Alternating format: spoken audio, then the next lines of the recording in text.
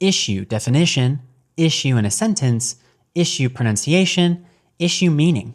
Welcome to another research paper word. American pronunciation of issue. Issue. I-ssue. Issue. Issue as a verb means to supply or distribute something. Common usages in academic writing: to issue an assignment, to issue shares, to issue stocks, to issue a payment, to issue a permit. Example sentences: issue, verb. The school issued a statement about its plans to the press. Example sentence number 2.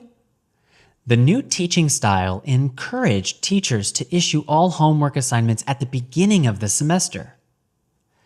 Example sentence number 3. The company issued 3 million new shares. Please write a sentence using issue in the comments section. I will read it and reply.